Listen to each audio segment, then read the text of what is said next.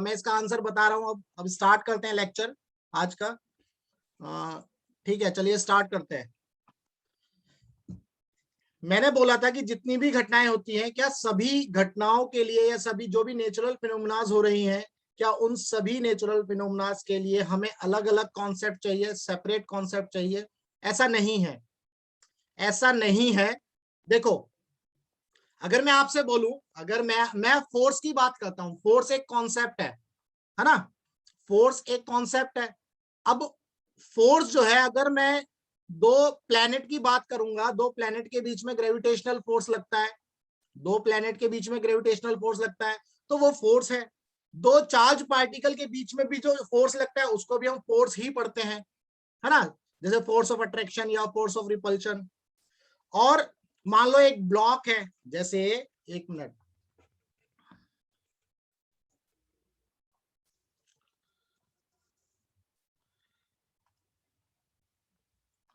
जैसे मान लेते हैं भाई ये ब्लॉक है, इस ब्लॉक के ऊपर मैं फोर्स अप्लाई करता हूं, तो ये भी एक फोर्स है। बट देखो देखो, तीनों घटनाएं या तीनों कॉन्सेप्ट सेम है फोर्स का, लेकिन घटनाएं अलग अलग हैं। एक केस में हम देख रहे हैं ग्रेविटेशन, लॉ ऑफ ग्रेविटेशन पढ़ते हैं, जिसमें एक में आता है लॉ ऑफ ग्रेविटेशन। हाँ, लॉ ऑफ ग्रेविटेशन। सेकंड वाला था दो चार्ज पार्टिकल के बीच में जो फोर्स ऑफ अट्रैक्शन होता है या फोर्स ऑफ रिपल्शन होता है ना? चार्ज पार्टिकल के बीच में,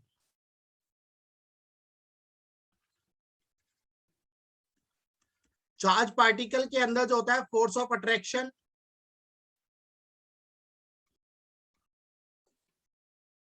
और रिपल्शन। तो यहाँ देखो, ये जो तीन, और ये वाला एक मैंने केस लिया, ये ब्लॉक मान लेते हैं, इसके ऊपर फोर्स हमने अप्लाई किया। तो तीनों के केस में तीनों ही जो फिनोमिनाज है अलग अलग हैं, लेकिन कॉन्सेप्ट क्या है? फोर्स। तो इसका मतलब आपको क्या समझ में आता है? यहां से हम पढ़ते हैं concept of unification and concept of reductionism.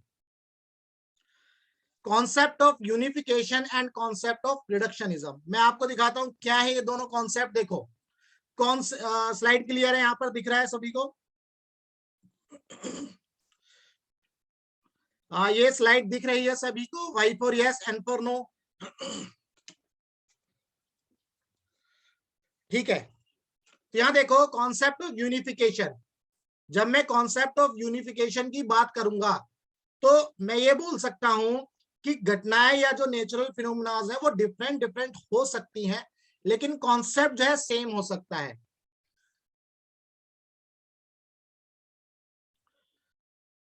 Voice नहीं सुनाई दे रही है, बाकी सबको आवाज आ रही है मेरी?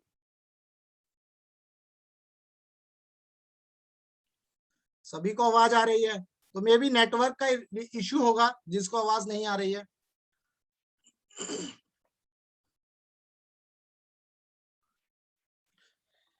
ठीक है, तो जो नेचुरल फिनोमेनाज है, देखो मैंने यहां लिखा हुआ है, जैसे कंजर्वेशन ऑफ एनर्जी या conservation of mass, concept of gravitational force, concept of force. I think in lines को आप पढ़ करके ये समझ पा रहे हैं कि हम कंजर्वेशन ऑफ एनर्जी बहुत जगह लगाते हैं। नेचुरल फिनोमिनाज डिफरेंट हो सकती हैं। कंजर्वेशन ऑफ एनर्जी का बहुत सारे एग्जांपल आप दे सकते हो भाई, जैसे बल्ब जल रहा है, बल्ब जल रहा है तो उस केस में क्या होता है?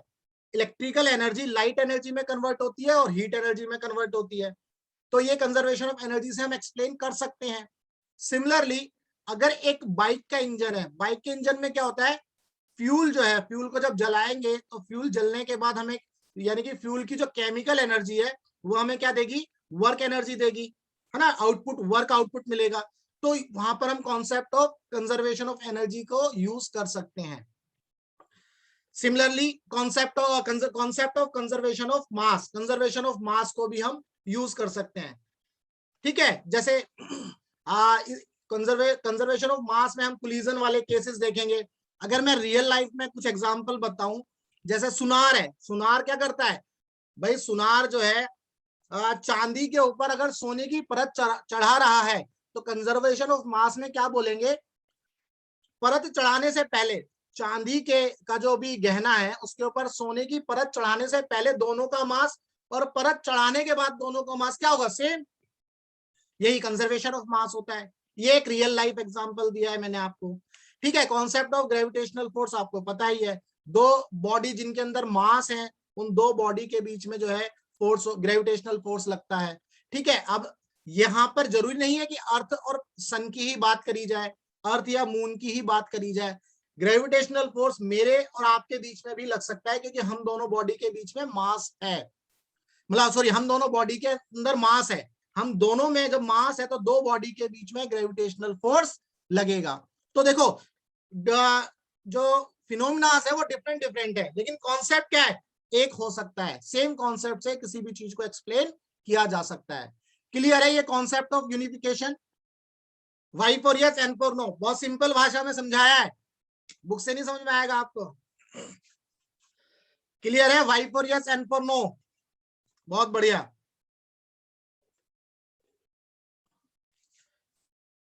बहुत बढ़िया। अब concept of reductionism, concept of reductionism क्या है भाई? कॉन्सेप्ट ऑफ रिडक्शनिज्म बहुत आसान है। ऐसा समझते हैं इसको, इसको बहुत सिंपल है ये। बेसिकली रिडक्शन का मतलब क्या होता है? रिड्यूस करना। रिडक्शन का मतलब क्या होता है? रिड्यूस करना। अगर हमारे पास कोई प्रॉब्लम आती है, अगर हमारे पास कोई प्रॉब्लम आती है तो हम क्या करेंगे? उसको ब्रेक करते हैं। फॉर एग्जाम्पल, जैसे बाइक के इंजन में कुछ खराबी आई, तो भाई आपके पास बाइक है, बाइक के इंजन में कुछ खराबी आई, तो आप मैकेनिक्स के पास जाएंगे, मैकेनिक बोलेगा, मैकेनिक कहेगा कि सर आपकी जो इंजन में है ना प्रॉब्लम है, इंजन को खोलना पड़ेगा। तो मैकेनिक क्या डायरेक्ट इंजन को खोल देगा? ऐसा तो नहीं हो सकता। पहले वो नट बोल्ट खोलेगा, उसके मतलब उसका जो आउटर केसिंग है उसको खोलने की कोशिश करेगा, फिर लास्ट में जाकर के वो इंजन का जो पिस्टन वगैरह है सब उसको निकालेगा। तो उसने एक प्रोसेस किया, उसने एक प्रोसेस किया, यानी कि जो फाइनल रिजल्ट था उसने उसको ब्रेक कर दिया। उसने, मैकेनिक ने अगर बाइक के इंजन को रिपेयर करने के लिए ब्रेक किया कि भाई पहले नट बोल्ट है उनको खोलूंगा, फिर उसके फ्रेम को खोलूंगा, ठीक है। तो हमने क्या किया? प्रॉब्लम को क्या किया? रिड्यूस किया। ये एक जस्ट एग्जांपल है। अब अगर फिजिक्स में बात करोगे आप, अगर फिजिक्स में बात करोगे तो आपने ये क्वेश्चंस किए हैं, कौन से? इस टाइप के, जिसमें हम इक्विवेलेंट रेजिस्टेंस निकालते हैं, किए हैं 10th में, जिसमें हम इक्विवेलेंट रेजिस्टेंस निकालते हैं ओम्स लॉ के अंदर। Y for yes, N for no.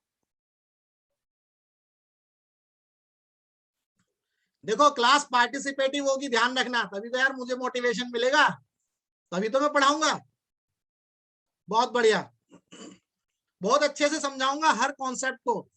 ये तो अभी स्टार्टिंग है, जब आप अभी चलते चले जाओगे, स्पीड, फोर्स, बहुत सारी चीजें बहुत अच्छे से एक्सप्लेन करूंगा, बहुत सिंपल वे में समझाऊंगा, बेफिक्र रहो।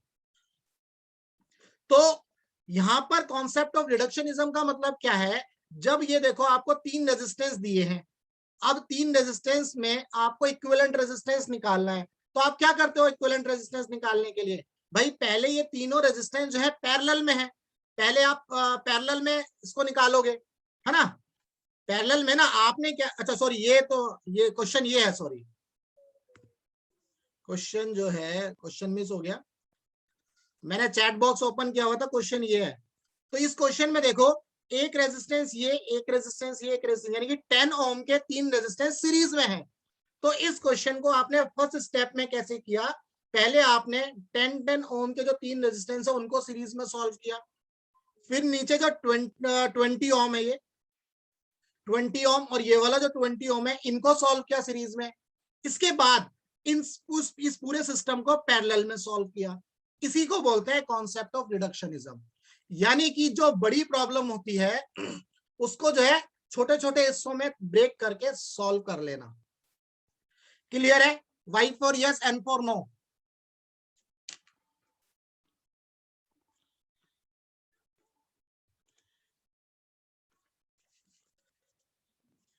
ठीक है, ऐसा ही same example concept of reductionism में, सेम एग्जांपल जो है हम पढ़ेंगे न्यूटन्स लॉ ऑफ मोशन, जब थर्ड चैप्टर पढ़ेंगे उस केस में हम पढ़ते हैं। देखो एक मिनट,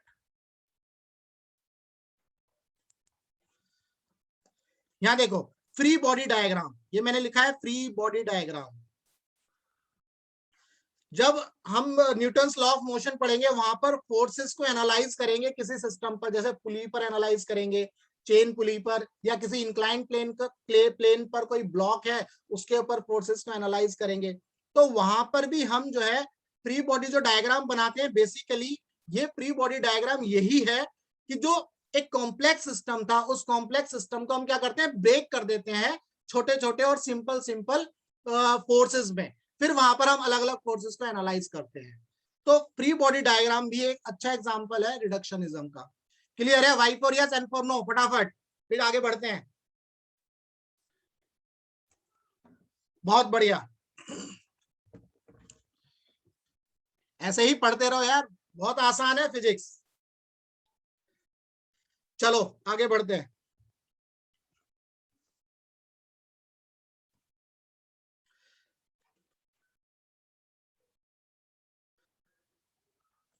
अब फंडामेंटल एंड डेराइव्ड क्वांटिटीज, हम जो है फिजिकल क्वांटिटीज को डिफाइन कर चुके थे लास्ट क्लास में, हमने फिजिकल क्वांटिटीज को डेराइव किया था। अब ये जो अभी तो मैंने जो आपको एक्सप्लेन किया था वो तो मेरा क्वेश्चन जो मैंने आपसे पूछा था उसको एक्सप्लेन किया था। अब लास्ट क्लास में हमने फिजिकल क्वांटिटीज को एक्सप्लेन किया था। जब फिजिकल क्वांटिटीज को एक्सप्लेन किया था उसके अंदर मैंने ये बताया था कि फिजिकल क्वांटिटीज दो टाइप की होती हैं, फंडामेंटल और डेराइव। मैंने कह रहा, आपने भी बताया था, आप सबको पता है, बहुत अच्छे से बताया था आप लोगों ने, और मुझे ही बताया था, मेरे को बहुत अच्छे मजा आ गया था आप लोगों का आंसर देख करके। तो आप लोगों को ये सब चीजें पता है। आज हम फिर कुछ नया सीखेंगे। देखो बहुत बारीकी से, बहुत छोटी सी चीज होगी जो सोच नहीं पाते। कहने का मतलब यह है कि हमने एक सीक्वेंस बनाते हैं। आपने मेरी लास्ट क्लास भी देखी होगी, मैंने एक सीक्वेंस बनाने की कोशिश करी थी, आपको समझाया था ताकि रटना ना पड़े किसी को भी। और आज भी मैं एक सीक्वेंस बताऊंगा कि देखो पहले सिर्फ जो है ना तीन ही फंडामेंटल क्वांटिटीज थी, पहले सिर्फ तीन ही फंडामेंटल क्वांटिटीज थी, उसके बाद 7 फंडामेंटल क्वांटिटीज होती हैं, उसके बाद फिर ये 2 सप्लीमेंट्री क्वांटिटीज और ऐड हो जाती है। ऐसा क्यों हो रहा होता है ये हम पढ़ेंगे आज की क्लास में। ठीक है, तो चलिए स्टार्ट करते हैं फंडामेंटल एंड डेराइव क्वांटिटीज से। पहले हम फंडामेंटल क्वांटिटीज, हम ये मानते हैं कि हमारे पास 3 फंडामेंटल क्वांटिटीज है। आप सभी को पता है 3 फंडामेंटल क्वांटिटीज कौन कौन सी हैं। बहुत बेसिक से समझेंगे, कोई भी जल्दबाजी नहीं है, ध्यान रखना। तो सबसे पहले अगर मैं बात करता हूं फंडामेंटल क्वांटिटीज की, मैं एज्यूम करता हूं कि भाई हमें पता है कि पहले सिर्फ जो है 3 ही फंडामेंटल क्वांटिटीज थी, कौन कौन सी? मास, आप सभी को पता है, आप बहुत इंटेलिजेंट हो, मास, लेंथ एंड टाइम, ये 3 जो है फंडामेंटल क्वांटिटीज थी। ठीक है, अब जो है मास, लेंथ, टाइम, ये जो 3 फंडामेंटल क्वांटिटीज थी, हम इनकी हेल्प से हम जो है डेराइव्ड क्वांटिटीज बना सकते हैं। हम जो है डेराइव्ड क्वांटिटीज बना सकते हैं। मैं जस्ट एग्जांपल ले रहा हूं, आप सबको आता है, बट एक बार बेस और एक बार जो सीक्वेंस है उसको समझने की कोशिश करना। अगर मैं एरिया की बात करता हूं तो एरिया यानी कि अगर मान लो मैंने ये रेक्टेंगल लिया मेरे भाई L इंटू बी, तो एरिया क्या होगा? L इंटू बी आप लिख सकते हो। तो L भी लेंथ है, ब्रेड भी क्या है? लेंथ। तो लेंथ, लेंथ इंटू लेंथ, इस तरह से मैं लिख सकता हूं। दैट मीन्स एरिया को हमने डेराइव किया कहां से? एक फंडामेंटल क्वांटिटीज है जो कि क्या है? लेंथ। ठीक है, ऐसे ही अगर मैं वॉल्यूम की बात करता हूं, मान लो किसी क्यूब का मुझे वॉल्यूम निकालना है, किसी क्यूब का मुझे वॉल्यूम निकालना है। क्यूब का वॉल्यूम कितना होता है? कमेंट में बताओ फटाफट।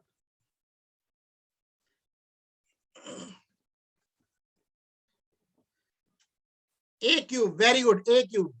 एलबीएस तो क्यूबॉइड हो जाएगा मेरे दोस्त। ए क्यूब, वेरी गुड। वॉल्यूम क्या होता है? ए क्यूब। ओहो, तो ये हमारा हो जाएगा, मान लो इसकी साइड ए है तो ये ए क्यूब, और ए हमारी क्या है? लेंथ है। ए हमारी लेंथ है, यानी कि हम वॉल्यूम को भी लेंथ से डराइव कर सकते हैं। ठीक है, आगे बढ़ते हैं। स्पीड सब आपको पता है, मैं ये मान करके चल रहा हूं, बट बोरियत महसूस मत करना। बहुत अच्छे से सिंपल भाषा में सीक्वेंस बनाएंगे ताकि आपको रटना ना पड़े कुछ भी। तो स्पीड क्या होता है? Distance upon time. स्पीड होता है distance upon time. Last class में मैंने गड़बड़ कर दी थी, एक्चुअली मैं फ्लो में बह गया था, आप लोगों के प्यार के फ्लो में, मतलब मुझे मजा आ रहा था आपको पढ़ाने में। तो वो फ्लो जो होता है ना, उस फ्लो में बह गया। मैंने मेरे ख्याल से गलत लिखा था, मैंने फॉर्मूला गलत कर दिया था बीच में, तो चलो कोई नहीं। स्पीड होता है डिस्टेंस अपॉन टाइम। तो डिस्टेंस क्या हो गई? डिस्टेंस एक तरह की लेंथ है, और टाइम आपको पता ही है, टाइम भी एक फंडामेंटल क्वांटिटी। तो लेंथ अपॉन टाइम, ये भी क्या है? एक फंडामेंटल क्वांटिटीज है, यानी कि स्पीड को हम फंडामेंटल क्वांटिटीज की हेल्प से डिराइव कर सकते हैं। तो हमने मास के लिए देख लिया, लेंथ के लिए देख लिया, सॉरी लेंथ और टाइम के लिए देख लिया, मास के लिए अभी नहीं देखा। अगर मैं मास की बात करता हूं तो डेंसिटी ले लेते हैं हम। डेंसिटी क्या होता है? फटाफट बताओ, डेंसिटी क्या होता है? कमेंट में, मुझे नहीं आता, आप लोग बताओ फटाफट।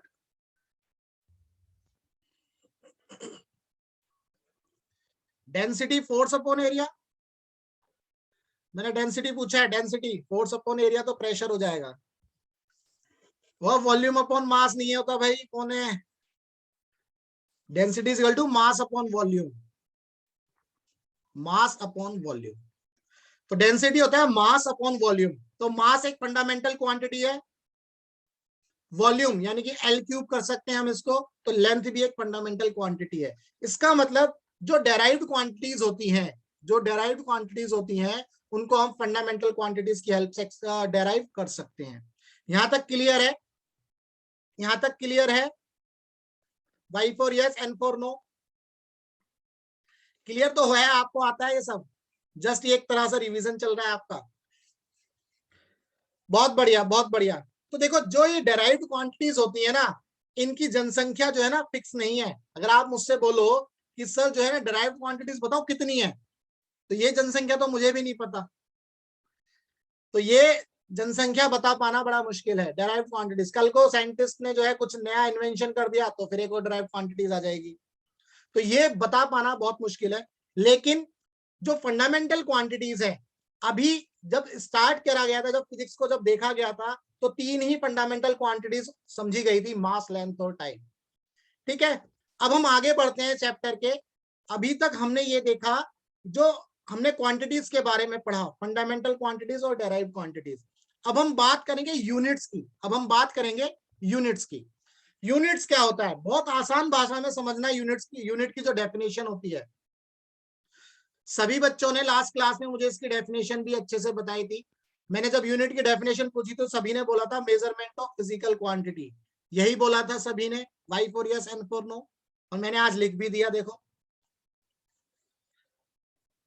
यस। और मैंने ये बताया था कि जो measurement of any physical quantities, basically वो ये जो लाइन है ना, measurement of any physical quantities, इसका जस्ट इतना सा मतलब है, अगर कोई नंबर दिया हो, मान लो 4, और साथ में यूनिट लगा दो, तो ये बताएगा कि ये एक जो है डिस्टेंस डिस्टेंस जो है फिजिकल क्वांटिटी है, ये बताएगा डिस्टेंस है। 4 किलोमीटर अगर मैं लिखता हूं तो ये एक डिस्टेंस है। ये जो इस लाइन का जो मतलब है ना, measurement of any physical quantity, इसका यही मतलब मैं आपको बता रहा हूं। जस्ट एक नंबर के साथ अगर मैं यूनिट लिख दूंगा तो हमें ये पता चल जाएगा कि भाई ये फला फिजिकल क्वांटिटी है, ये वाली फिजिकल क्वांटिटी है, चाहे वो डिस्टेंस हो, टाइम हो, ठीक है, केजी, मास हो।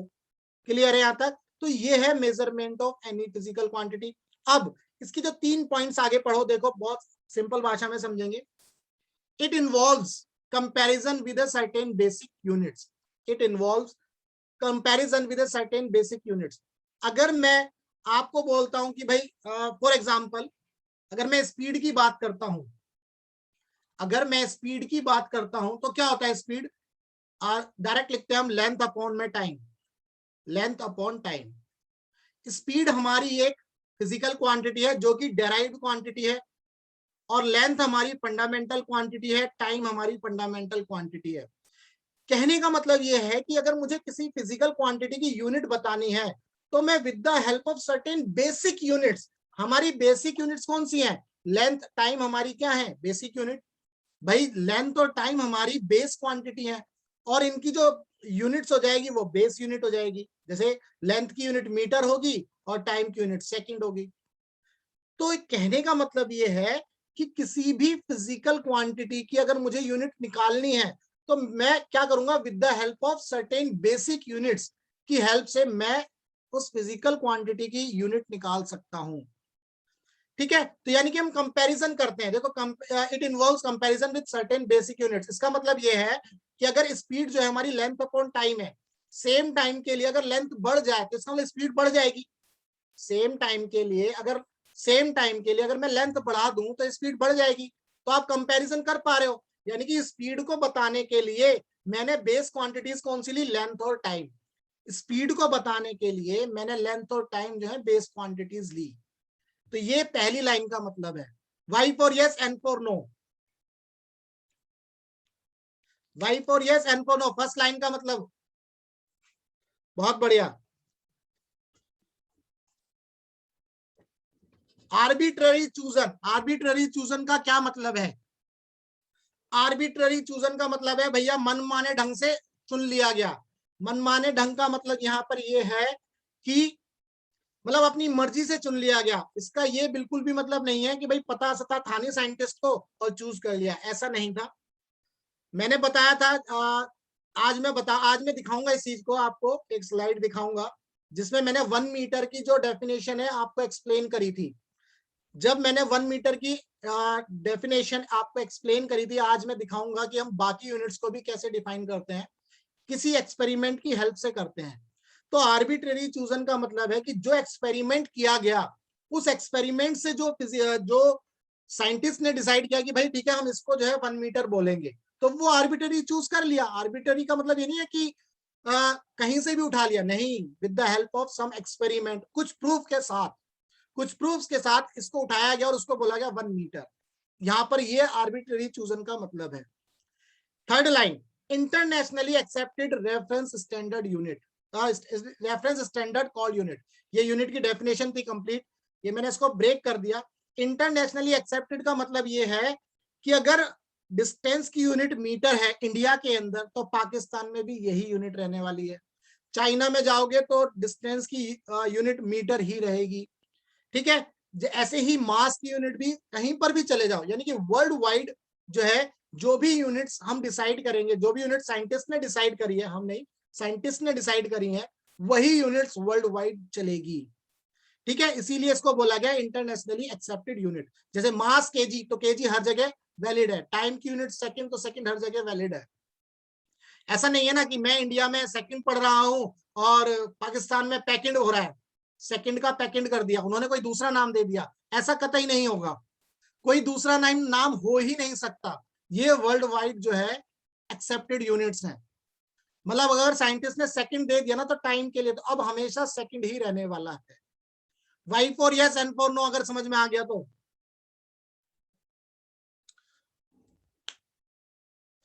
बहुत बढ़िया। चलो बहुत बढ़िया, चलो आगे बढ़ते हैं। अब system of units. System of units, system of units क्या है? देखो, अब ऐसा तो नहीं था ना कि हमारे पास मास, लेंथ और टाइम ही था। हमारे पास ऐसा तो नहीं था भाई, हमारे पास स्पीड भी थी, डेंसिटी भी थी, हमें एक्सेलरेशन भी निकालना है, फोर्स भी पढ़ना है, हमें ये सारी चीजें पढ़नी थी। जब हमें एक्सेलरेशन, फोर्स, डेंसिटी या फ्रीक्वेंसी, ये सब चीजें भी पढ़नी थी, तो जब इन सभी चीजों को पढ़ना था, तो ऐसा तो नहीं था कि भाई हम मास, लेंथ और टाइम, इन सभी चीजों को जब पढ़ना था तो हमने क्या किया, हमने जो मास, लेंथ और टाइम की ग्रुपिंग करी, मास, लेंथ और टाइम की जो यूनिट्स की ग्रुपिंग करी। मास, लेंथ और टाइम की यूनिट्स की ग्रुपिंग का क्या मतलब है, यहां मैं समझाता हूं आपको। देखो, बहुत सिंपल तरीके से इसको समझ सकते हैं। जो डिवीजन है, जो सिस्टम ऑफ यूनिट्स है, जैसे मान लो मैं पेपर पे ड्राइंग करता हूं, मतलब पेपर पे मैंने एक ट्राइंगल बनाना है, एक लाइन ड्रॉ करनी है, तो मैं क्या करूंगा, मीटर में ड्रॉ करूंगा या सेंटीमीटर में ड्रॉ करूंगा? आंसर बताओ, मीटर में ड्रॉ करूंगा या सेंटीमीटर में? फटाफट बताओ। पेपर के ऊपर एक लाइन ड्रॉ करनी है, मैं जो लाइन ड्रॉ करूंगा मान लो 4 सेंटीमीटर, तो मैं सेंटीमीटर में ड्रॉ करूंगा। बहुत बढ़िया, बहुत बढ़िया। इसके बाद अगर मान लो मैं मार्केट से कपड़ा लेने जाता हूं, तो मैं मीटर में खरीदूंगा या सेंटीमीटर में या किलोमीटर में? वेरी गुड, मीटर में, मीटर में, बहुत बढ़िया। आगे बताओ, अगर मैं जो है सोना खरीदने जाऊंगा, तो मैं किस केजी में खरीदूंगा या ग्राम में खरीदूंगा? सोना सोना सोना, बहुत बढ़िया बहुत बढ़िया। चीनी लेने जाऊंगा तो ग्राम में खरीदूंगा या केजी में खरीदूंगा? मिलीग्राम भी हो सकता है, वो प्रीफिक्स है। बहुत बढ़िया, चीनी लेने जाऊंगा तो केजी में खरीदूंगा। बहुत बढ़िया, आपको ये सारी चीजें पता है। तो अब ये जो है, ये जो सिस्टम बनाया गया, ये जो सिस्टम बनाया गया, आपको ये सारी चीजें पता है। तो जस्ट मैं आपको बस एक क्या करूंगा, रिफाइन कर दूंगा यहाँ पर। ये सिस्टम क्यों बनाया गया? ये सिस्टम इसीलिए बनाया गया ताकि हम जो है अपनी कन्वीनियंट के हिसाब से, हमारी सहूलियत के हिसाब से हम जो है इन यूनिट्स को यूज कर सके। अपनी सहूलियत के हिसाब से हम इन यूनिट्स को यूज कर सकें, इसीलिए इन यूनिट्स का सिस्टम बनाया गया। अपनी सहूलियत के हिसाब से हम इनको यूज कर सकें। ये क्वेश्चन जो है आया हुआ है कि जो हम जो है सिस्टम ऑफ यूनिट्स में, मतलब ऐसा क्यों करते हैं सिस्टम ऑफ यूनिट्स, ये एग्जाम्पलर का क्वेश्चन है। वहां पर एक क्वेश्चन है, दिखाऊंगा जब क्वेश्चंस कराऊंगा। अभी तो क्वेश्चन के लेवल पर आए भी नहीं है, लेकिन मैं दिखाऊंगा आपको। वहां पर यही पॉइंट है कि भाई हम जो है इनको जो है अपने कन्वीनियंट के हिसाब से यूज करते हैं। तो जैसे मीटर होगा, तो भाई अब मेरे को अगर मान लो इंडिया और जो है कन्याकुमारी के बीच में डिस्टेंस बतानी है, तो वो मीटर में नहीं बताई जाती, किलोमीटर में बताई जाती है। तो हमारे लिए जो कन्वीनियंट है वो किलोमीटर है। अब यहाँ पर अगर मैं कपड़ा लेने गया, मैंने बोला भाई मुझे 2 मीटर कपड़ा दे दो, तो यहाँ पर मीटर कन्वीनियंट हो गया। अगर मैंने एक पेपर पे लाइन ड्रॉ करी तो सेंटीमीटर में ड्रॉ करी, मैं वहां मीटर में ड्रॉ कर ही नहीं पाता। कर सकता था, कोई दिक्कत नहीं थी, पेपर बड़ा चाहिए था, बट मैं वहां पर कन्वीनियंट फील नहीं कर रहा था। तो इसीलिए ये जो यूनिट्स के सिस्टम बनाए गए, इन यूनिट्स के सिस्टम को, मतलब इन यूनिट्स को एक सिस्टम बना दिया गया। हम अपने कन्वीनियंट के हिसाब से यूज कर सकते हैं। और ये जो 3 सिस्टम ऑफ यूनिट्स, पहले हम 3 की बात करेंगे, ऐसा ही बाद में पढ़ेंगे, ठीक है। सब इंस्पेक्टर वाले को बाद में पढ़ेंगे, अभी हम जो है सिर्फ 3 की ही बात करेंगे, MKS, CGS, FPS। तो 3 सिस्टम ऑफ यूनिट्स, यानी कि हमारे पास 3 फिजिकल फंडामेंटल क्वांटिटी थी। स्टार्टिंग में मैंने बताया अभी आपको, मास, लेंथ और टाइम। मास, लेंथ और टाइम। तो लेंथ, मास और टाइम।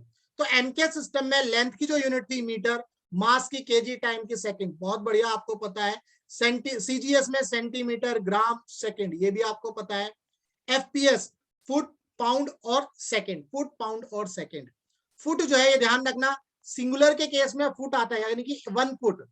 अगर मैं बोलूंगा 10 फुट, तो 10 फुट नहीं होगा, वो 10 फीट हो जाएगा, ठीक है। सिंगुलर में हम फुट लिखते हैं, और फुट लिखते हैं ना, फूड। थोड़ा प्रोनाउंसिएशन हमारी भी कमजोर है कभी कभी। तो और अगर मतलब प्लूरल की बात करेंगे, 10 फीट होगा, तो वो फीट में कहलाएगा। क्लियर है? तो ये सिस्टम ऑफ यूनिट्स है, एमकेएस, सीजीएस और FPS. Y for yes, N for no.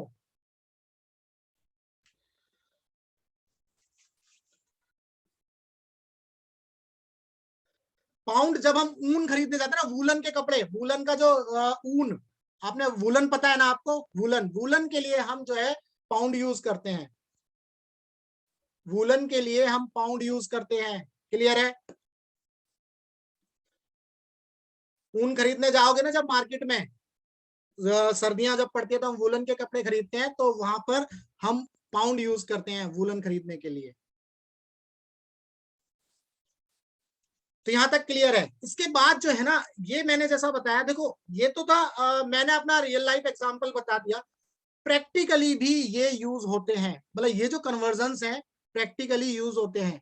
जब आप बड़ी क्लासेस में जाओगे, अब आप तो डॉक्टर की तैयारी कर रहे हो, हम इंजीनियर है, तो हमें पता है क्या सीन है। इंजीनियर के लिए क्या होता है ना, जब बुक्स आती है बड़ी क्लासेस में, बुक आएंगे, मान लो थर्मोडायनेमिक्स की एक बुक आती है फॉर एग्जाम्पल, किसी भी, देखो मैंने पहले ही बताया ना कि हम अपने कन्वीनियंट के हिसाब से यूज करते हैं। केजी में लिया ऊन, कोई दिक्कत थोड़ी, केजी में बहुत सारी आ जाएगी। अब अगर आप कॉटन लेने जाओगे, 1 kg कॉटन कितनी आएगी आप समझ लो। अब अगर सुनार के पास 1 kg सोना लेने जाओगे, तो कितना दे देगा, कहेगा भैया इनकम टैक्स वाले के यहाँ छापा लगवा देगा आपके आपके ऊपर, कहेगा 1 किलो सोना खरीद के गया है। समझ रहे हो इस चीज को? तो ये हम अपने कन्वीनियंट के हिसाब से खरीदते हैं, मतलब करते हैं, ये जो यूनिट्स है इस्तेमाल करते हैं। क्लियर है? चलो बहुत बढ़िया। तो मैं जो है कहाँ था, कहाँ थे भाई, बुलवा दिया मुझे। हाँ, मैं ये बोल रहा था कि जैसे जो इंजीनियर है, अब जैसे हमारी बुक्स आती है, मान लो मैं कोई बुक खरीद, थर्मोडायनेमिक्स आपके एक चैप्टर है, पढ़ेंगे हम, पूरी बुक पढ़ते हैं, तो उसमें लिखा रहता है कि ये जो बुक है एमकेएस सिस्टम में बनाई गई है, ये जो बुक है एमकेएस सिस्टम या एसआई सिस्टम में बनाई गई है।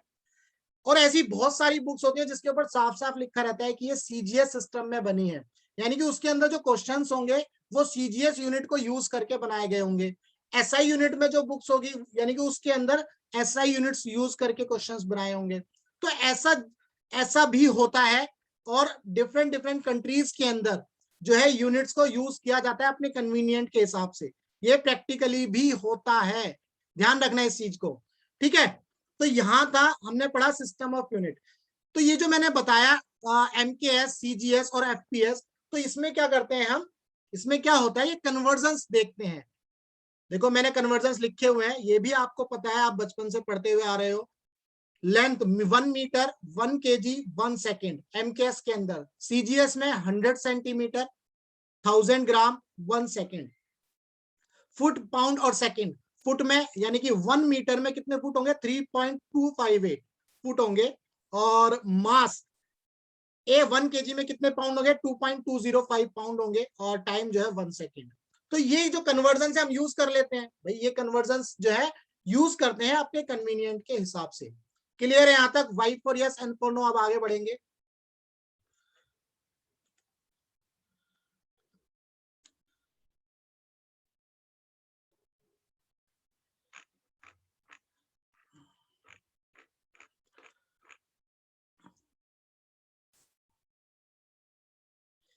केजी को हिंदी में तोला बोलते हैं क्या, एक तोला? नहीं नहीं, वो तोला तो वो होता है, एक तोला तो वो तो सोना होता है, 10 ग्राम।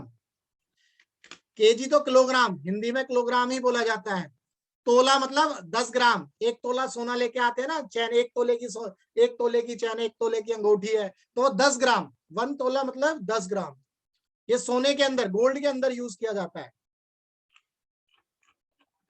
ठीक है, Y for yes, N for no, यानी कि क्लियर है सभी को। अब आगे बढ़ते हैं। ये था सिस्टम ऑफ यूनिट्स। देखो बच्चों, आपको ये सारी चीजें पता है, मैं डिनाई नहीं कर रहा कि नहीं पता। आपने कुछ अलग ही सीखा होगा तभी, लेकिन आप कमेंट भी कर रहे हो, तो आपको ये सारी चीजें पता है। ठीक है, अब यहां से एक चीज नहीं पता चलेगी। वो क्या पता चलेगी, वो ये पता चलेगी कि भाई, अब हम जब सिस्टम ऑफ यूनिट्स पढ़ रहे थे, एमकेएस सिस्टम, तो हमारे पास तीन ही यूनिट थी। मास, लेंथ और टाइम की यूनिट थी, मीटर, किलोग्राम, सेकंड, है ना। यानी कि तीन फंडामेंटल क्वांटिटीज थी। अब ऐसा क्या होता है कि 7 फंडामेंटल क्वांटिटीज हो जाती हैं। ऐसा मेरे दोस्तों इसीलिए ऐसा होता है क्योंकि चीजों को जब साइंस के अंदर हम चीजों को एक्सप्लेन करते हैं, करते जाते हैं, कि कोई प्रॉब्लम को सॉल्व करते जाते हैं, तो हमें पता चलता है अरे यार ये तो रह गया, ये तो भूल गए हम। जैसे मास, लेंथ और टाइम तक तो ठीक था, अब किसी ने करंट की बात करी तो करंट रह गया, करंट की यूनिट क्या होगी नहीं पता।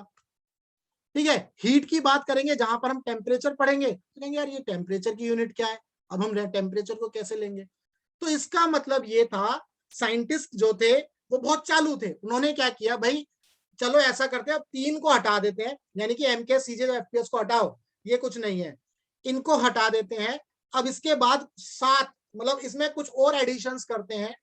और क्या एडिशंस करते हैं, ये एडिशंस करने के बाद बोलते हैं कि भैया तुम्हारे पास 7 फंडामेंटल क्वांटिटीज है, तुम्हारे पास 7 फंडामेंटल क्वांटिटीज है। यानी कि एसआई यूनिट जो है एक तरह से एमकेएस सिस्टम का एक्सटेंशन है। एसआई यूनिट सिस्टम जो है एमकेएस सिस्टम का एक्सटेंशन है। हम एसआई यूनिट की बात करेंगे अब, एक मिनट। अच्छा, यहां पर अभी एसआई यूनिट में आगे जाने से पहले अभी यहां पर यूनिट्स देखते हैं। एसआई यूनिट पढ़ेंगे अभी, पहले यहां पर भी देख लेते हैं। देखो, फंडामेंटल एंड डेराइव्ड यूनिट्स, यानी कि मास हमारी एक फंडामेंटल क्वांटिटी है, मास की यूनिट होगी केजी, ये यूनिट की बात हो रही है, मैं यहाँ यूनिट बता रहा हूं। लेंथ फटाफट करूंगा, ये तो आपको पता है, लेंथ की यूनिट होती है मीटर, बहुत बढ़िया। टाइम की यूनिट हो गई सेकेंड। ये जो है सारी फंडामेंटल यूनिट्स है, फंडामेंटल क्वांटिटीज की फंडामेंटल यूनिट्स। ऐसे ही डेराइव्ड क्वांटिटीज की डेराइव्ड यूनिट्स होंगी। तो अब आप बता सकते हो भाई, स्पीड की बात करूंगा तो डिस्टेंस अपॉन टाइम, यानी कि लेंथ अपॉन टाइम। तो लेंथ अपॉन टाइम यानी कि मीटर पर सेकंड, तो मीटर पर सेकंड इस तरह से लिख सकते हैं। एरिया की बात करेंगे तो L square, that means metre square. Volume की बात करेंगे, आपको पता है बट मैं जस्ट रिफाइन कर रहा हूं। वॉल्यूम की बात करेंगे तो एल क्यूब होगा, तो ये मीटर क्यूब हो जाएगा। क्लियर है यहां तक? ये है fundamental units and derived units.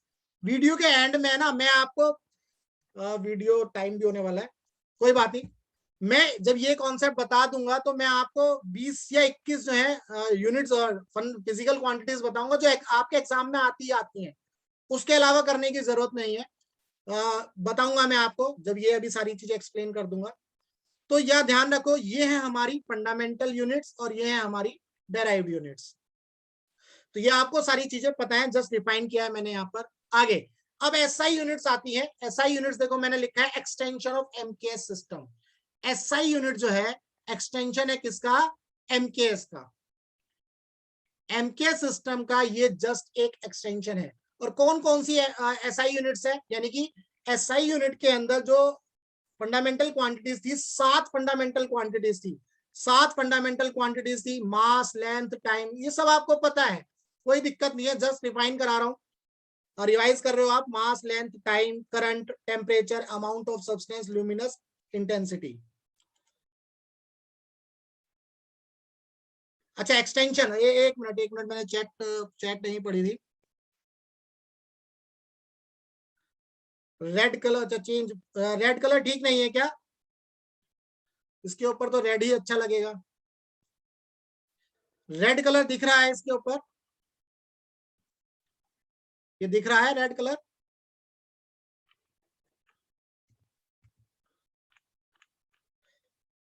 What is the meaning of extension? Extension का मतलब है इसमें ऐड कर दिया गया, इसको और ऐड कर दिया गया, बढ़ा दिया गया।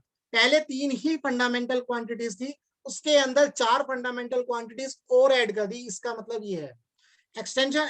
एक्सटेंशन का मतलब जस्ट बढ़ा देना, उस किसी चीज के अंदर ऐड कर देना। भैया आपके पास 1 किलो चीनी थी, ठीक है, मम्मी ने मंगाई थी, उसके बाद पापा ने फोन कर दिया कि बेटा आधा किलो चीनी और ले आना, तो आपने कितनी चीनी ली? 1.5 किलो। तो आपने एक्सटेंड कर दिया, यानी कि ऐड कर दी उसके अंदर। तो एक्सटेंशन का मतलब यही है, एक तरह से ऐड करना। क्लियर है? जिस बेटा ने ये पूछा था कि एक्सटेंशन का मतलब क्या है, बेटा क्लियर है आपको?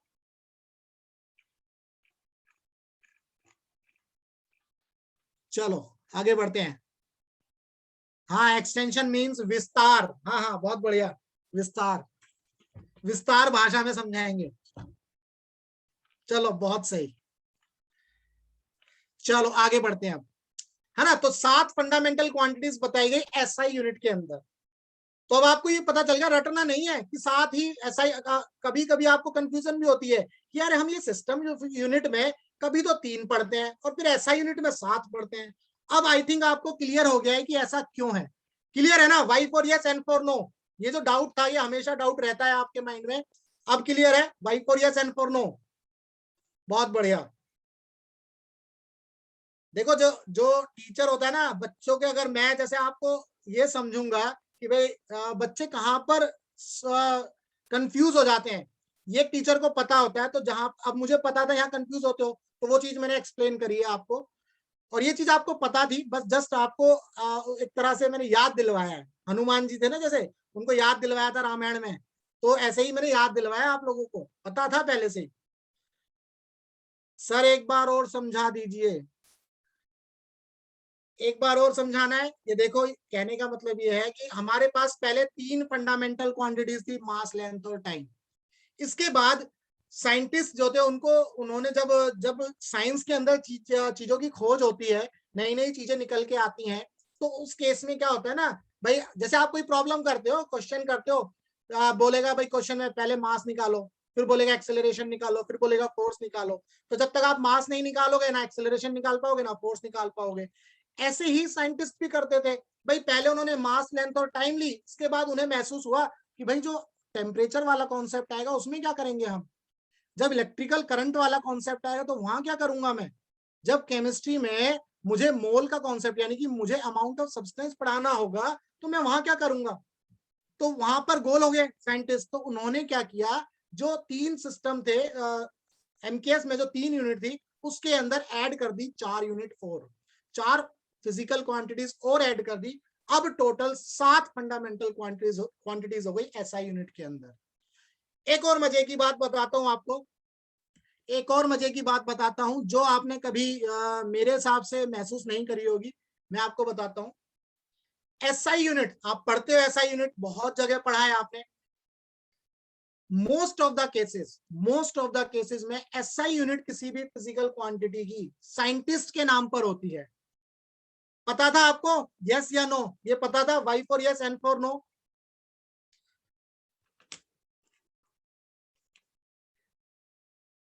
चलो यस, यानी कि बहुत सारे बच्चों को पता था।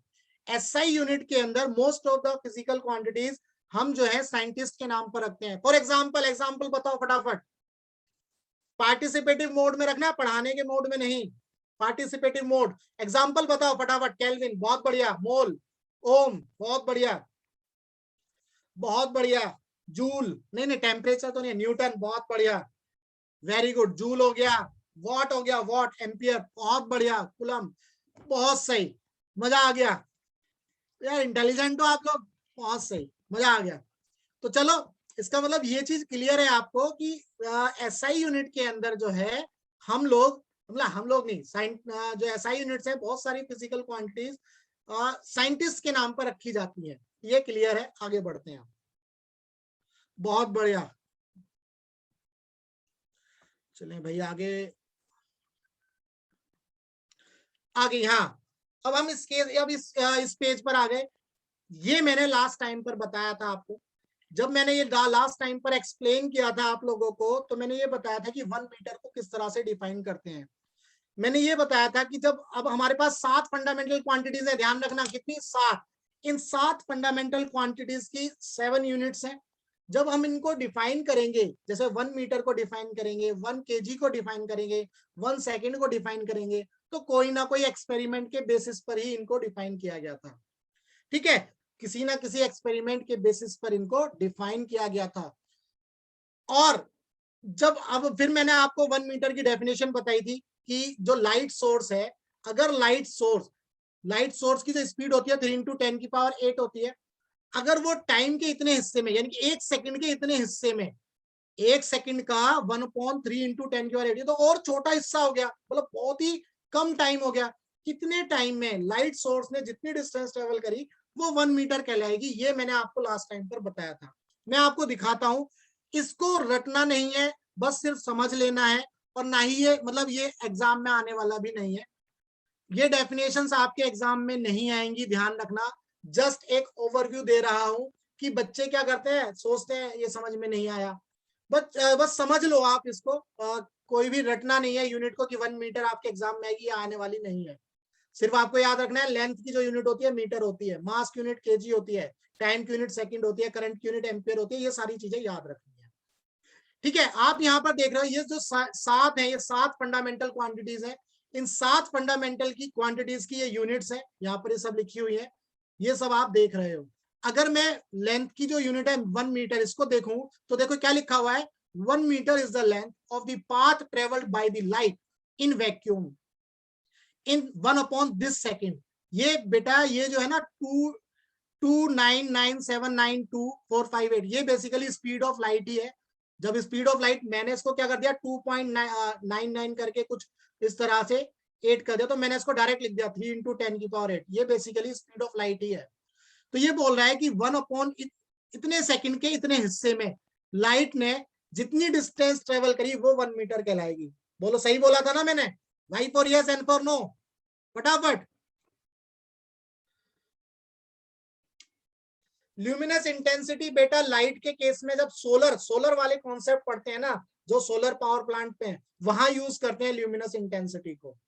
ठीक है, और लाइट के केसेस में भी यूज करते हैं। ये सब बड़ी क्लासेस में पढ़ते हैं, 11th में नहीं आएगा। और किसी का कोई कमेंट? क्लियर है ना? ल्यूमिनस, आलोक जी, ल्यूमिनस इंटेंसिटी जो है ना सोलर के केस में पढ़ते हैं, है ना, जब सोलर का कॉन्सेप्ट पढ़ते हैं, सोलर के प्लेट्स होते हैं वहां पर पढ़ते हैं, तो वहां ल्यूमिनस इंटेंसिटी को अच्छे से एक्सप्लेन करते हैं वहां पर।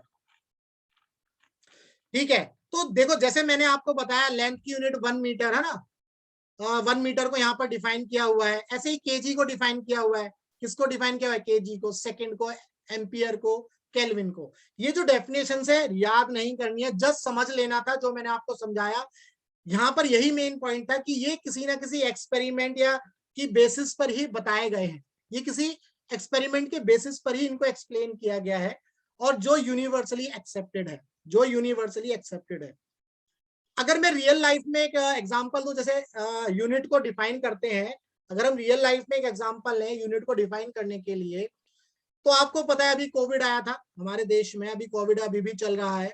तो कोविड के लिए जो मेडिसिन बनाई गई थी कोविशील्ड, है ना, बहुत सारे एक्सपेरिमेंट किए गए। अब ऐसा तो नहीं है कोरोना आया और अगले ही दिन कोविशील्ड आ गई, ऐसा तो कतई नहीं हुआ भाई। जो साइंटिस्ट थे, हमारे देश के डॉक्टर थे, उन्होंने जो है क्या किया, एक्सपेरिमेंट्स करे, बहुत सारे लोगों पर एक्सपेरिमेंट्स किए, जानवरों पर एक्सपेरिमेंट किए, उसके बाद ही वो बता पाए कि भाई ये वाली दवाई कोरोना के लिए यूज करी जाएगी, ये वाली जो इंजेक्शन है कोरोना के लिए यूज करी जाएगी। उसके बाद इसको जो है वर्ल्ड वाइड एक्सेप्ट किया गया है। वर्ल्ड वाइड तो मैं अभी कहना सही नहीं है, क्योंकि बहुत सारी जगह कोविशील्ड की मांग है और बहुत सारी जगह अभी उसकी वो मांग नहीं है ना, मतलब अप्रूवल नहीं मिला। तो ये एक तरह का मैं एग्जांपल दे सकता हूं कि यूनिट में भी हम इसी तरह से कर रहे थे। यूनिट के केस में भी ऐसा ही हुआ कि पहले एक्सपेरिमेंट किए गए, फिर साइंटिस्ट जो है किसी रिजल्ट पर पहुंचे। जब एक फाइनल रिजल्ट निकल के आया, उन्होंने बताया भाई 1 मीटर ये है, 1 केजी ये है, 1 सेकंड ये है, 1 एम्पियर ये है। उसके बाद जो है इनको वर्ल्ड वाइड एक्सेप्ट कर लिया गया, जैसे कोरोना के केस में एक एग्जाम्पल मैंने आपको बताया। ठीक है, यहां तक Y for yes, N for no, फटाफट।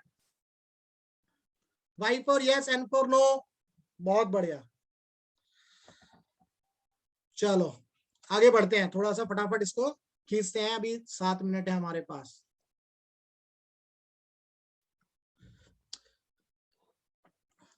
तो डायमेंशंस ऑफ फिजिकल क्वांटिटीज, अब हम डायमेंशंस पे पहुंच गए हैं, डायमेंशनल एनालिसिस में। डायमेंशनल एनालिसिस में हम डायमेंशंस पर पहुंच गए हैं, डायमेंशंस ऑफ फिजिकल क्वांटिटीज। अच्छा, डायमेंशंस ऑफ फिजिकल क्वांटिटीज, यहां पर हम बात करेंगे डायमेंशन की। तो पहले हमारे पास 7 फंडामेंटल क्वांटिटीज है, ये अब आपको क्लियर हो गया है। हमारे पास जो है 7 फंडामेंटल क्वांटिटीज है, ये क्लियर है। तो 7 फंडामेंटल क्वांटिटीज में अगर मैं बात करता हूं मास की, लेंथ की और टाइम की।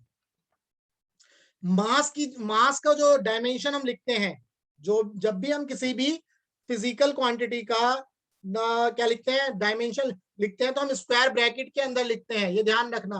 किसके अंदर लिखेंगे हम? स्क्वायर ब्रैकेट के अंदर। ये हमने स्क्वायर ब्रैकेट लगाया है। ऐसे ही लेंथ को जब रिप्रेजेंट करेंगे तो स्क्वायर ब्रैकेट के अंदर रिप्रेजेंट करेंगे, टाइम को रिप्रेजेंट करेंगे तो स्क्वायर ब्रैकेट के अंदर रिप्रेजेंट करेंगे। अगर मैं करंट की बात करूंगा, करंट की जो यूनिट होती है एम्पियर होती है, तो हम इसको आई से भी डिनोट कर सकते हैं डायमेंशन के केस में, और एटी से भी डिनोट कर सकते हैं, कोई इश्यू नहीं है। देखेंगे ये सारी चीजें, ये आप 12th में देखोगे वहां पर। और जैसे टेम्परेचर है, टेम्परेचर की यूनिट केल्विन है, तो के से भी डिनोट कर सकते हैं इसको, या कहीं कहीं पर थीटा, थीटा से भी डिनोट किया जा सकता है इस तरह से। तो ऐसे ही जो हमारी फंडामेंटल क्वांटिटीज हैं, उन सभी फंडामेंटल क्वांटिटीज का अगर मुझे डायमेंशन लिखने हैं, अगर मुझे डायमेंशन लिखने हैं, डायमेंशन का मतलब ये है, डायमेंशन का मतलब ये है जो मैंने एरो बना करके दिखाया है, कि किसी भी फिजिकल क्वांटिटी का जो लेटर है, जैसे मास के लिए हम एम यूज करते हैं, लेंथ के लिए एल यूज करते हैं, इनको क्या करेंगे, हम एक स्क्वायर ब्रैकेट के अंदर रख देंगे। ये इस फंडामेंटल क्वांटिटी का या इस फिजिकल क्वांटिटी का डायमेंशन कहलाएगा। Y for yes, N for no, यहां तक क्लियर है? Y for yes, N for no.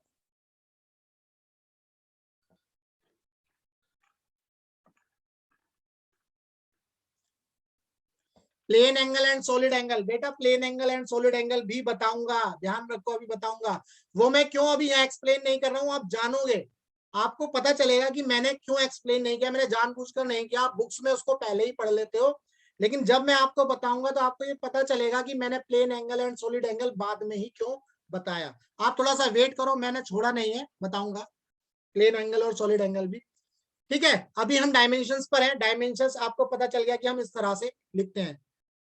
Sir square bracket में क्यों रखते हैं? अगर यार मास को कैपिटल एम से डिनोट करते हैं, अब ये भी मैं नहीं बता पाऊंगा कैपिटल एम से डिनोट करते हैं। ये तो डायमेंशन साइंटिस्ट ने बोल दिया भैया कि जो क्या कहते हैं डायमेंशन रूल बोल सकते हो आप इसको, हाँ रूल बोल सकते हो। मतलब ये कुछ चीजें तो ऐसी है ना, अब मास के लिए अगर मैं कैपिटल एम यूज कर रहा हूं, मास के लिए अगर मैं कैपिटल एम यूज कर रहा हूं, तो आप मुझे बोलो सर ये कैपिटल एम क्यों यूज किया, स्मॉल एम क्यों नहीं यूज किया? भाई ये कहना, अब ये इसका जवाब तो मैं भी नहीं दे पाऊंगा। मैं दे सकता हूँ इसका जवाब, ये तो मेरे ख्याल से इसमें कुछ है नहीं ऐसा। डायमेंशंस में हम स्क्वायर ब्रैकेट यूज करते हैं तो करते हैं। एटी जो है एम्पियर और टाइम, एम्पियर और टाइम है एटी। ओ गलत तो नहीं हो गया ये, सॉरी एक मिनट, करंट होता है I is equal to Q upon T. अच्छा ये तो मैंने कुलम का लिख दिया, ये नहीं है, सॉरी इसको छोड़ दो, ये कुलम का लिख दिया, ये तो कुलम का चला गया। क्यों नहीं, आई से ही डिनोट कर देंगे हम, या ए से, सॉरी ए से डिनोट करते हैं, आई या ए, सॉरी आई या ए से डिनोट करते हैं, वो चार्ज का लिख दिया, आई और ए से ही डिनोट करते हैं। क्लियर है यहां तक? तो ये है, हाँ ओनली ए, करेक्ट, ए ही होगा, वो मैंने चार्ज का ध्यान नहीं दिया, चार्ज का लिख दिया है। चलो कोई बात नहीं। तो यहां तक क्लियर है कि ये डायमेंशन हम इस तरह से लिखते हैं। आगे बढ़ते हैं अब, डायमेंशंस ऑफ फिजिकल क्वांटिटीज। अभी हमने फंडामेंटल क्वांटिटीज के डायमेंशन देखे, ये हमने किसके डायमेंशंस देखे, फंडामेंटल क्वांटिटीज के। अब हम जो है फिजिकल क्वांटिटीज के डायमेंशन देखते हैं, फटाफट देखते हैं भाई इसको। फिजिकल क्वांटिटीज का जब डायमेंशन हम लिखेंगे, मैं डायमेंशन लिखूंगा तो मान लो मुझे स्पीड का डायमेंशन फॉर्मूला लिखना है, जैसे मान लो मुझे स्पीड का डायमेंशन फॉर्मूला लिखना है, तो स्पीड क्या होती है, मैं इस तरह से लिख सकता हूँ, लेंथ अपॉन टाइम। ये सब आपको आता है, जस्ट रिवाइज करा रहा हूं मैं यहाँ पर, लेंथ अपॉन टाइम। तो लेंथ के लिए एल हो जाएगा नीचे, टाइम के लिए टी हो जाएगा, बहुत बड़ी एल टी माइनस वन होगा बेटा। तो ये हो जाएगा एम जीरो एल टी की पावर माइनस वन, ये हो गया स्पीड। हाँ अब ठीक है, ठीक है बेटा, आप समझ में आ गया। स्पीड का जो डायमेंशन फॉर्मूला हम इस तरह से लिखते हैं। अगर हम डेफिनेशन को समझें, इसकी डेफिनेशन को अगर मैं समझू, तो बोल रहा है कि the dimensions of a physical quantity are the power or exponent to which fundamental quantities must be raised. ये यहाँ ध्यान रखना है, देखो यहाँ लिखा है ना, fundamental quantities must be raised, fundamental quantities must be raised. इसका मतलब यह है कि जब हम किसी भी फिजिकल क्वांटिटी का डायमेंशनल फॉर्मूला लिखेंगे, तो हम किसकी टर्म में लिखेंगे, किस टर्म में लिखेंगे, जो फंडामेंटल क्वांटिटीज है उनके टर्म्स में लिखेंगे।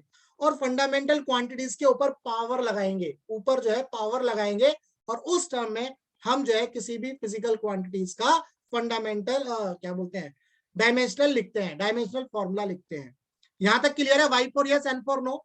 अभी बहुत डिटेल में पढ़ेंगे डायमेंशनल एनालिसिस, अभी बेफिक्र रहो, मैं जस्ट एक डेफिनेशन दे रहा हूं ताकि आपको कुछ होमवर्क दे सकूं आज की क्लास के लिए। आपका भी तो दिमाग चलना चाहिए ना, इसीलिए तो मैं जरा होमवर्क पे फटाफट पहुंचना चाहता हूँ। हाँ पहुंच गए, बस लास्ट स्लाइड है, ठीक है। तो यहाँ पर आपको ये चीज पता है कि किसी भी फंडामेंटल, किसी भी फिजिकल क्वांटिटी का अगर मुझे डायमेंशनल फॉर्मूला लिखना है तो हम बेस क्वांटिटी के अंदर ही लगाते हैं। एम के ऊपर जीरो ना लगाएं तो भी सही है, बिल्कुल नहीं नहीं जीरो तो लगाना है ना, मास तो है ही नहीं यहाँ पर। तो किसी के ऊपर जो पावर होगी, मान लो एक्स की पावर जीरो है, तो वो क्या कहलाता है, वन कहलाता है। किसी के ऊपर कोई पावर होती है जीरो, अगर किसी के पावर जो किसी नंबर के ऊपर या किसी भी वेरिएबल के ऊपर कोई पावर जीरो होती है, तो वो वन कहलाता है। तो एम की पावर जीरो यहाँ पर वन है, तो एम की पावर जीरो लगाना है। या तो आप एम की पावर जीरो लगाओ, या फिर एम की पावर जीरो को लिखो मत, दोनों में से कुछ भी एक चीज कर लो। कोमल बेटा क्लियर है? आप एम के ऊपर जो पावर लगी है जीरो, इसका मतलब वन। किसी के ऊपर जब पावर लगाते हैं, जैसे एक्स की पावर जीरो लगाया तो ये वन है। टू की पावर जीरो की जो वैल्यू होगी वन होगी, 10 की पावर जीरो की जो वैल्यू होगी वन होगी। क्लियर है बेटा यहाँ तक? बहुत बढ़िया। चलो फटाफट मुझे करने दो, 7 बज गए। डायमेंशनल फॉर्मूला क्या होता है? देखो बहुत माइन्यूट डिफरेंस है दोनों चीजों में, डायमेंशनल फॉर्मूला और डायमेंशनल इक्वेशन में। क्या डिफरेंस है? पर डिस्टेंस में तो एम है ही नहीं बेटा, एम जो है मास के लिए है, एम जो है मास के लिए है, डिस्टेंस के लिए नहीं, एम जो है मास के लिए है। अगर नहीं है, देखो हम लिखते हैं इस तरह से, अगर कंप्लीट तो यही तरीका है लिखने का, बट अगर वहां पर मास नहीं है तो उसकी पावर जीरो लिख करके आप रिप्रेजेंट कर सकते हो। आप इसको इस तरह से भी लिख सकते हो, कोई दिक्कत नहीं थी, एल टी की पावर 1 -1 इस तरह से भी लिख सकते हो, कोई भी दिक्कत नहीं है किसी भी तरह की। ज्यादा लोड मत लो दिमाग पर, बस चीजों को समझो कि हाँ ऐसा हो रहा है, यही है। m की पावर 0 हम लिखें या ना लिखें कोई दिक्कत नहीं है, किसी की पावर 0 को लिखो या मत लिखो या नहीं लिखो कोई इशू नहीं है, क्योंकि वो 1 होता है। और किसी को भी 1 से मल्टीप्लाई करोगे तो वो जैसे 2 × 1 तो 2 ही मिलेगा, 10 × 1 तो 10 मिलेगा। क्लियर है यहाँ पर? आगे डायमेंशनल फॉर्मूला ध्यान दो, बहुत माइन्यूट डिफरेंस है दोनों ही चीजों में, डायमेंशनल फॉर्मूला और डायमेंशनल इक्वेशन में। जो डायमेंशनल फॉर्मूला, अगर मैं स्पीड की ही बात करूंगा, मैं जस्ट एग्जांपल ले रहा हूं, अगर मैं स्पीड का डायमेंशनल फॉर्मूला लिखूंगा तो वो होगा m0 l की पावर 1 t की पावर -1। और बहुत सारे बच्चों का जो डाउट है, मैं m0 हटा देता हूं यहाँ पर, lt -1 कुछ भी लिख सकते हो, कोई इशू नहीं है, कोई भी इशू नहीं है। तो ये इस तरह से जब लिखेंगे ना तो ये डायमेंशनल फॉर्मूला कहलाएगा, ये इस तरह से लिखेंगे तो डायमेंशनल फॉर्मूला कहलाएगा। अगर डायमेंशनल इक्वेशन लिखनी है तो किस तरह से होगी, या तो मैं इसको इस तरह से लिखूंगा डायमेंशनल इक्वेशन के लिए, स्पीड को भी मैं स्क्वायर ब्रैकेट के अंदर लिख दूंगा, स्पीड को भी मैं स्क्वायर ब्रैकेट के अंदर लिख दूंगा। अगर मैंने स्पीड को भी स्क्वायर ब्रैकेट के अंदर लिख दिया तो इसका मतलब ये हमारी डायमेंशनल इक्वेशन हो जाएगी। y for yes, n for no, बहुत सिंपल चीज थी। y for yes, n for no, फटाफट।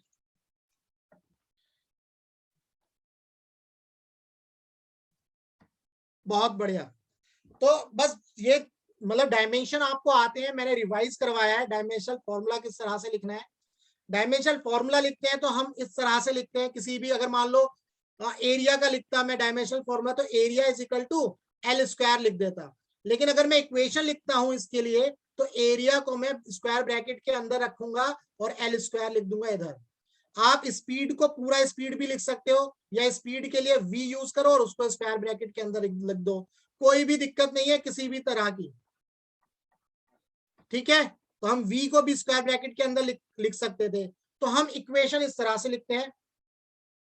हाँ, इक्वेशन के केस में हमें जो लेफ्ट हैंड साइड पर जो वैल्यू है, मतलब जो भी क्वांटिटी है, उसको भी स्क्वायर ब्रैकेट के अंदर रखना है, तभी वो डायमेंशनल इक्वेशन कहलाएगी। यस, डायमेंशन इक्वेशन हमें लेफ्ट साइड में जो फिजिकल क्वांटिटी है उसको भी हमें स्क्वायर ब्रैकेट के अंदर रखना है।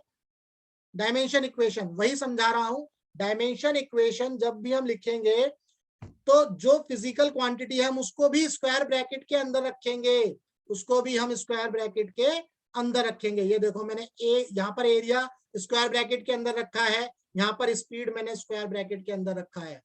स्पीड को मैंने यहाँ पर v भी ले लिया, आप सिंबल भी यूज कर सकते हो और पूरा पूरा नाम भी यूज कर सकते हो, कोई दिक्कत नहीं है। ये है dimension equation, dimensional equation. y clear है? y for yes, n for no. Class खत्म होने वाली है, बहुत बढ़िया। चलो तो अब जो है क्वेश्चन करो, फटाफट इसका स्क्रीनशॉट लो। और ये सिर्फ 21 है ना, टेबल नंबर 21, टेबल नंबर 21, और वो कौन सी है, सुपर कॉप 21 जो अक्षय कुमार की मूवी है। तो ये जो 21 है ना, ये बहुत इंपॉर्टेंट है, इन्हीं में से ही क्वेश्चंस आते हैं, ये मोस्ट इंपॉर्टेंट है। 80 to 90% तो इन्हीं में से ही आएगा सवाल, इन्हीं डायमेंशनल इक्वेशन, इन्हीं डायमेंशनल मतलब इन्हीं फिजिकल क्वांटिटीज का डायमेंशनल फॉर्मूला हमें पता है। यस, नीट की ही बात कर रहा हूं मैं नीट की ही बात कर रहा हूं। 21 नहीं दिख रहा, 21 दिख तो रहा है भाई, दिखने रहे क्या, सबको दिख रहा है? ये येलो लाइन से जो लिखा है, मैंने कहा लिखा है येलो लाइन से? मैंने कुछ नहीं लिखा।